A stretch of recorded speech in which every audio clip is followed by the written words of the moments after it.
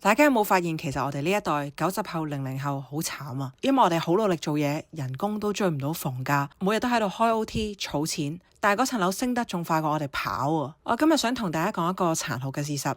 唔係我哋呢一班90後、00後唔努力，而係我哋開始得太慢。作為一個90後嘅會計師同埋地產策略師，我親眼睇住我哋呢一代錯過咗一個又一個嘅翻倍10年。嗰啲喺2015年咬緊牙關上車嗰啲人，好多已經達到係部分財務自由，甚至已經係完全財務自由噶啦。嗰啲之前成日都話等一等嘅人，而家依然都係租緊樓、開 OT 同埋心慌慌啊！喺澳洲，我哋基本上有一條係唔會錯嘅定律，就係我哋嘅樓價每10年翻1倍啊！呢一個唔係一個神話，而係一個歷史嘅數據。CoreLogic 嘅統計顯示，澳洲樓市過去30年上升咗547%，年均嘅複合增長係有6.4% 嘅。意思就係話，除非我哋每年人工係有升6.4% 以上啊，如果唔係我哋都會追唔到樓價嘅升幅。購買力隨住樓價嘅上升同埋通脹，一日一日咁樣減少，我哋嘅選擇就會變得越嚟越少，甚至乎變做揀唔到。對於我哋90後、00後嚟講，呢一個係最後嘅黃金10年，我哋面對嘅唔係貴少少啊，而係買唔起。我哋再等多5年、10年，唔單止係錯過咗一層樓嘅升幅，